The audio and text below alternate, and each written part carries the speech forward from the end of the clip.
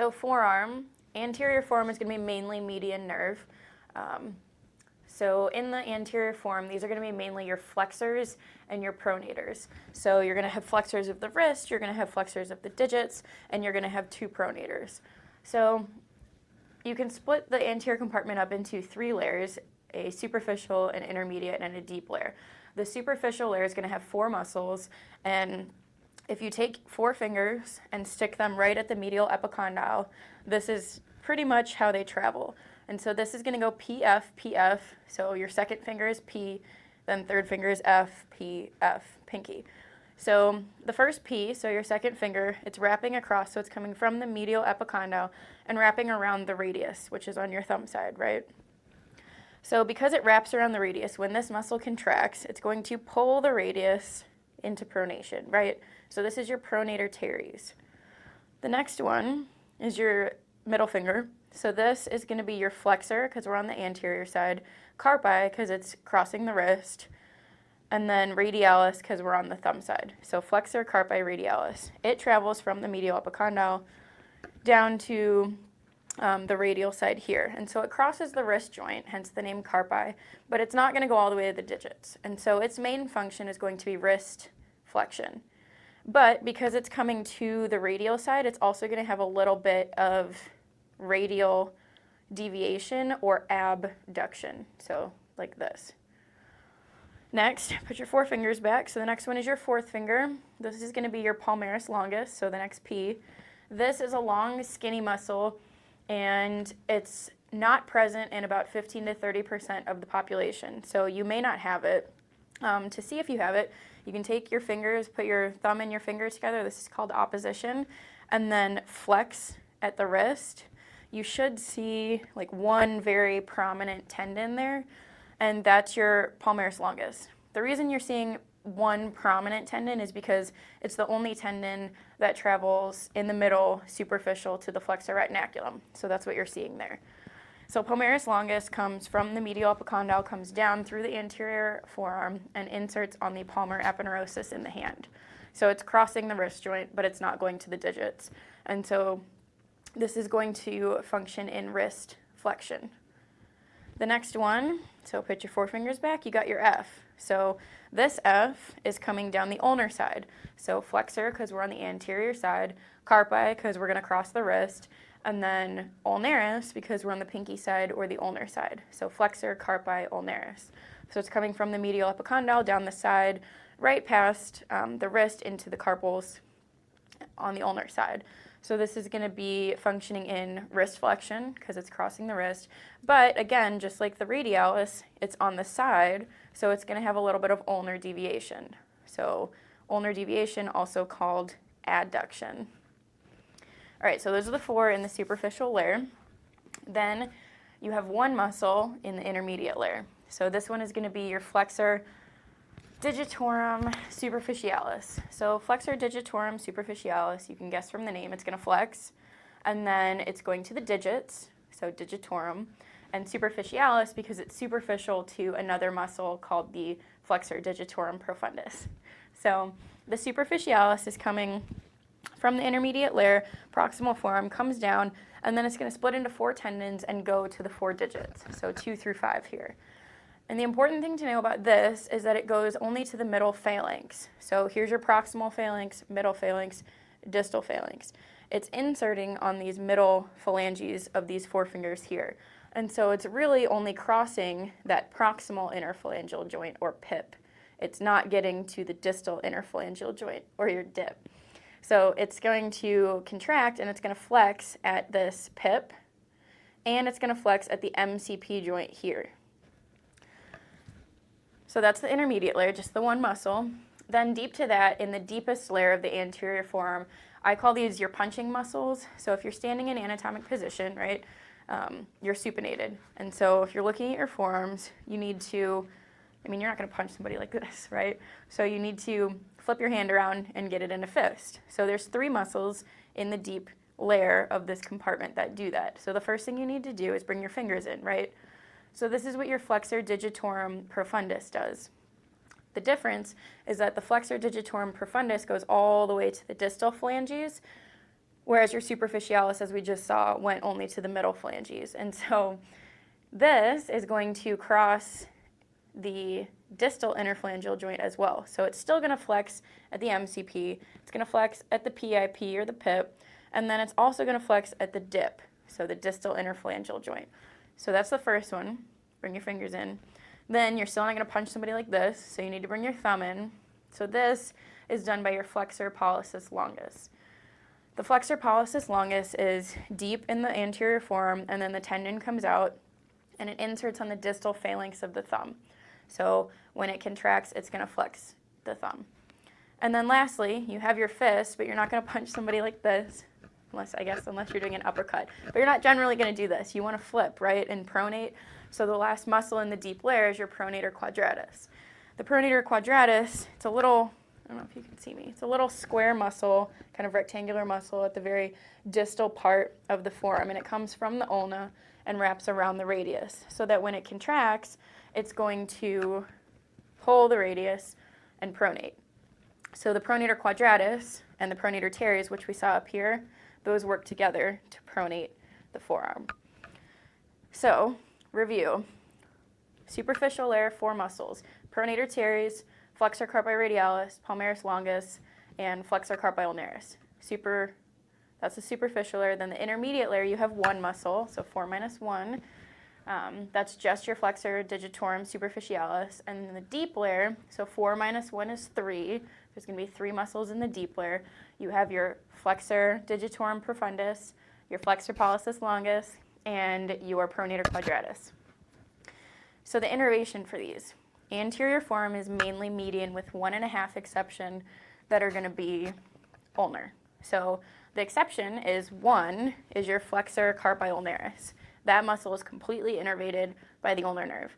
And then the half is going to be the medial half or the ulnar half of the flexor digitorum profundus muscle.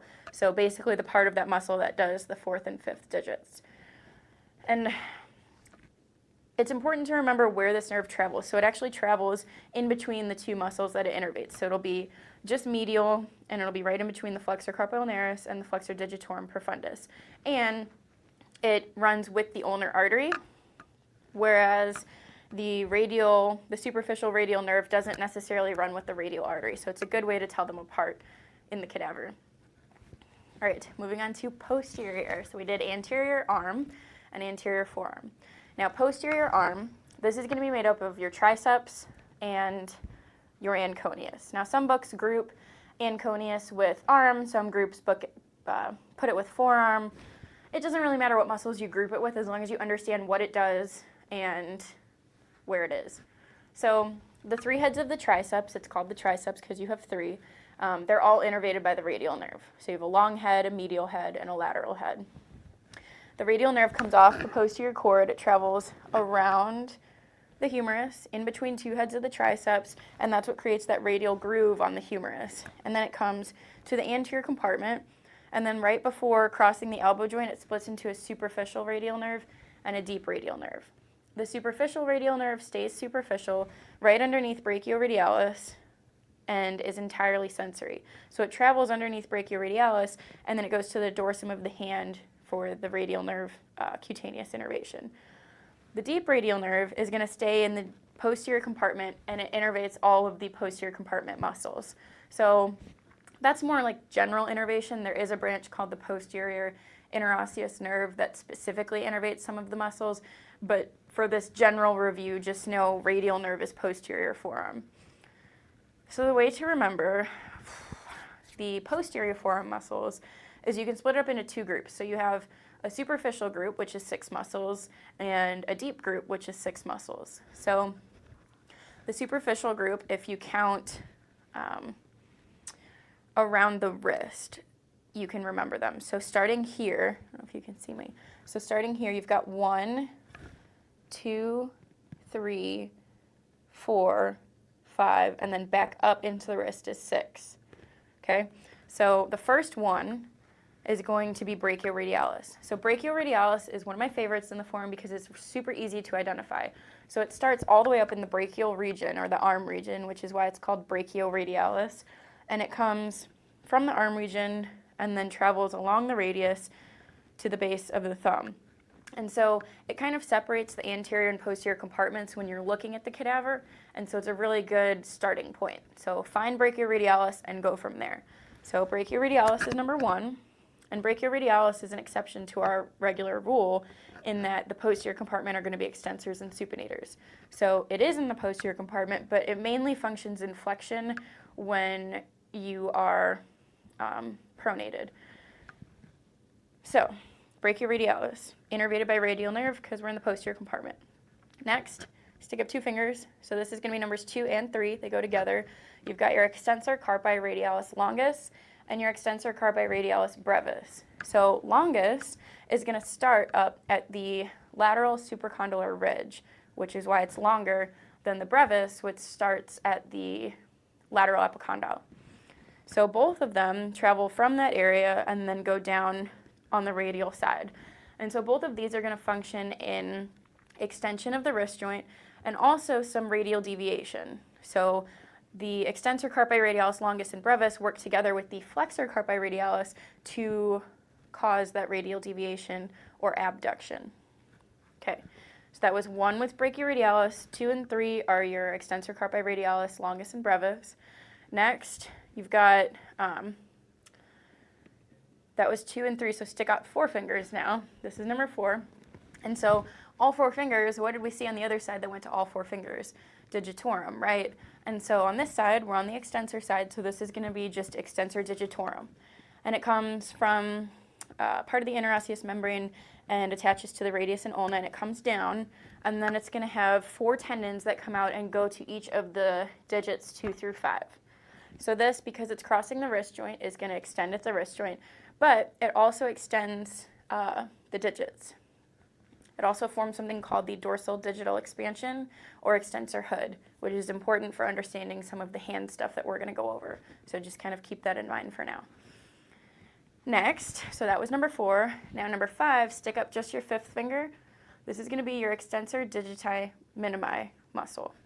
And so this, it's normally fused, the muscle belly is fused with your extensor digitorum, and then as it gets farther distal in the forearm, it kind of comes off as its own tendon, and that tendon is going to go and insert on the extensor hood of the 5th finger. So on the 5th finger, you're going to have an extensor digiti minimi, and you'll have one of the tendons coming from the extensor digitorum. And its function is just to extend the pinky.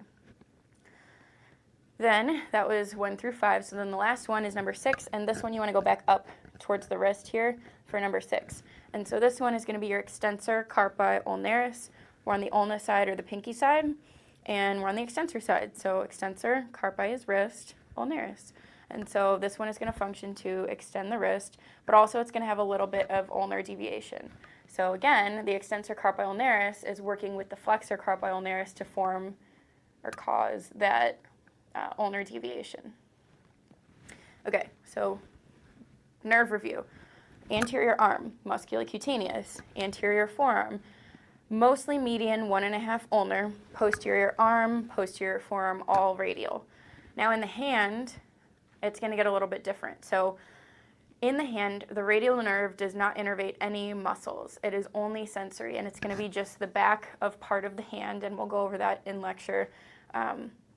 But the ulnar nerve and the median nerve are what innervate the muscles of the hand. So opposite to the anterior forearm, which was mainly median, 1.5 ulnar, it's now going to be the opposite. So ulnar, except 1.5, are going to be median. So all of the intrinsic hand muscles are going to be ulnar nerve, and then 1.5 are innervated by median. So the 1, when I say 1, I refer to the 3 muscles in the thenar compartment. So thenar compartment is 1. And those are going to be your abductor pollicis, your flexor pollicis brevis, and your opponent's pollicis. And these together are going to work to oppose the thumb, which just means to bring it towards the pinky, right?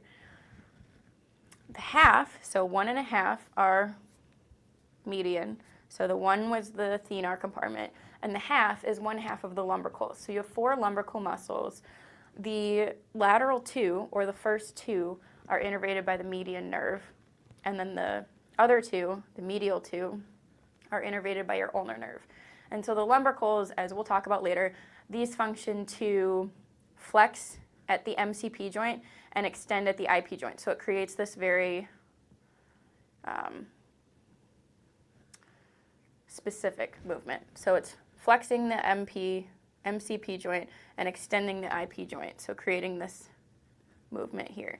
And so if you have a median nerve injury, you will lose that movement there, but only in 2 of the fingers. And if you have an ulnar nerve injury, it'd be the opposite. So you would lose 4 and 5. So that's a really key thing to know about the innervation for the